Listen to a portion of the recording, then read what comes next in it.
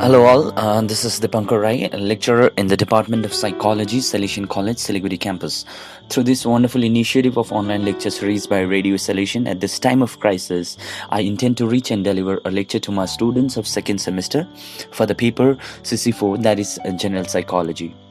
Okay, so the topic that I'm covering today, or the topic that I'll be delivering a lecture, is on conflict. Okay, so now this term conflict is often used by us in our very day-to-day interaction, right? We often use this term, and which simply denotes or indicates the meaning of a serious disagreement, right?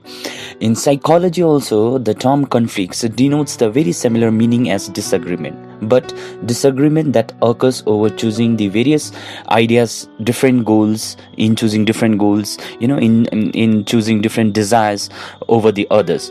Say for like you are being encountered with a particular problem, and you have different kinds of solutions or different kinds of ideas in order to deal with that problem. So in terms of choosing those different alternatives, you might be, or we might be, in a state of confusion or in a state of conflict, and it often results in terms of affecting us psychologically, such as making us anxious, put us into this state of stressful situation. So thus we seek to understand and explain the mental conflict. Okay, so now this is an introduction part, so let me cite a few definition. Let me cite a definition of conflict. Actually, there are a lot of definitions provided by different psychologists, but let us stick to one of the definition by Coleman. Okay, which he defined it as the anticipated frustration in the choice of alternative. So it simply means that when we have a lot of alternative for a given situation, or a lot of ideas for a particular problem, as I mentioned just before, so such situation often lead us into the state of mental confusion or conflict, resulting from which one to choose or approach from existing alternative or existing ideas or solutions or goals. Okay, so let me explain this definition by with an example. Okay, suppose that you are a very emotional person. Okay, and you often act on feelings and emotions, and at the same time you hold a profession of a counselor. Okay, so hearing the stories of client, you might feel emotional, and which can make you act on your feelings and emotions. But on the other hand, it is usually considered inappropriate to be sympathetic towards client as a counselor, because it might negatively affect the counseling sessions of yours, and it might make your counseling sessions less effective. So such situation, and these two goals of being a effective counselor and being emotionally sympathetic might lead you or might lead us into the state of mental conflict. Okay, so in short, we can also define it as strike of two things, that is ideas, goals and desires at the same time. Like different ideas, you have different ideas for a particular problem. In terms of choosing that, you might be in a state of conflict, or you have a different goal. Say for like after graduation, you have a goals either to stay to prepare for various competitive exams, or either to pursue your higher studies in psychology. So you have two different goals. So such situation might put you in a state of conflict and desire in order to purchase or desire to purchase an iPhone, or what do you call that, OnePlus. Okay, so conflict occurs in the individual when more than one equally powerful desires or motives present at the same time and pressurize for immediate satisfaction. So now that we have looked into the definition, let us turn into different types of conflict. Okay, with that, there are three different types of conflict used to address the various types of psychological phenomena.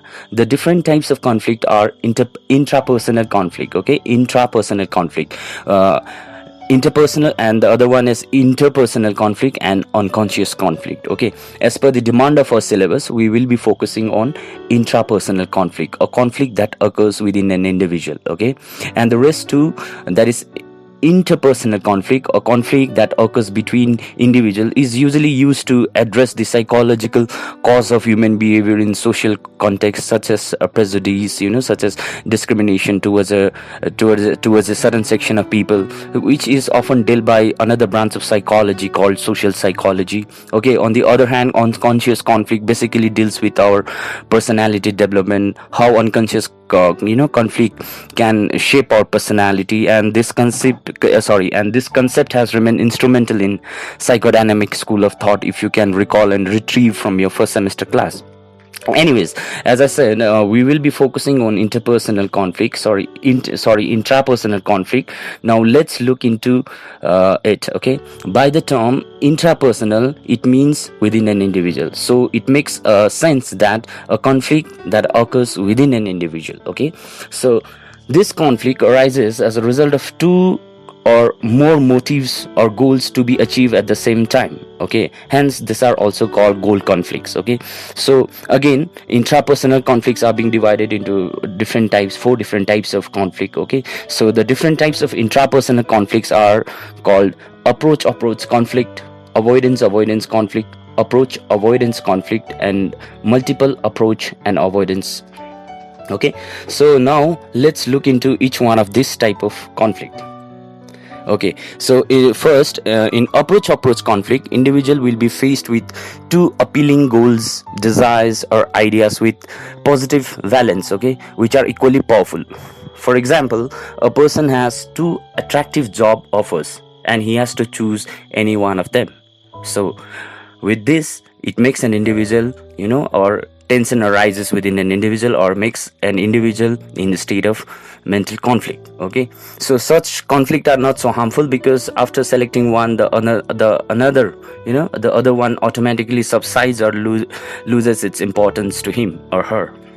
Okay, so now the second type of conflict is avoidance. Okay, so this conflict involves two goals with negative valence. Okay, with two negative things. Okay, at times the individual is forced to choose one among two negative goals. In such conflict, both are unwanted goal, as the name suggests, avoidance, so both goals are unwanted. Okay, but he or she cannot keep quiet without opting also. Okay, so for example, an individual must work at a job which he or she dislike very much, or else she has to remain unemployed. Here an individual is trapped in choosing between two negative valence, that is, avoid being into job he or she dislikes, and at the same time avoid being unemployed.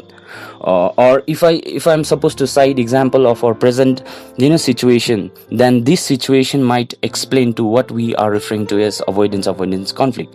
That due to lockdown, staying home has made us bored, right? And we want to come out, have fun, enjoy with friends, get socialized. At the same time, we also don't want to be that socially irresponsible person or be an agent to carry or spread the virus. So thus, avoiding boredom as one and avoid being socially irresponsible as one does put us into the state of this type of conflict called avoidance conflict. Okay, so now the third type of conflict is approach avoidance. Okay, this is also a most complex conflict and are very difficult to resolve, because in this type of conflict a person is both attracted and repelled by the same goal object. Here the goal object will have both positive and negative valence. Kindly note, in terms of the two discussed types of conflict, as I said, approach, so here it means a goal, two different goals with positive things, and avoidance are two different goals with negative things. But in terms of approach avoidance, an individual will be encountered with one goal object, but it will be having two different aspects, positive and negative. That's why it's called approach and avoidance conflict. Okay, so the positive valence attract the person, but as he approaches, the negative valence repels him back. Okay, so attraction of the goal and inability to approach it leads to frustration and tension.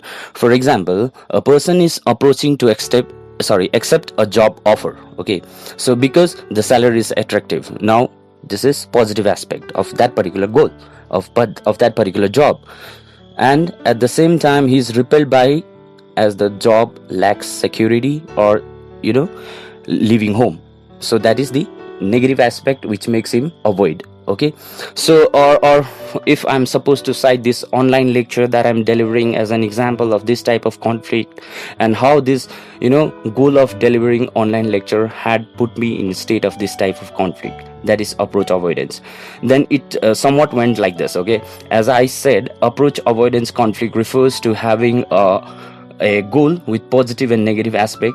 So delivering this online lecture as a goal of mine, okay, and it had many positive side to it, such as being able to cover the syllabus, right? We'll be able to reach in mass, not just to students, to others as well, and somehow it might help to clear the misconception that people has over the subject psychology.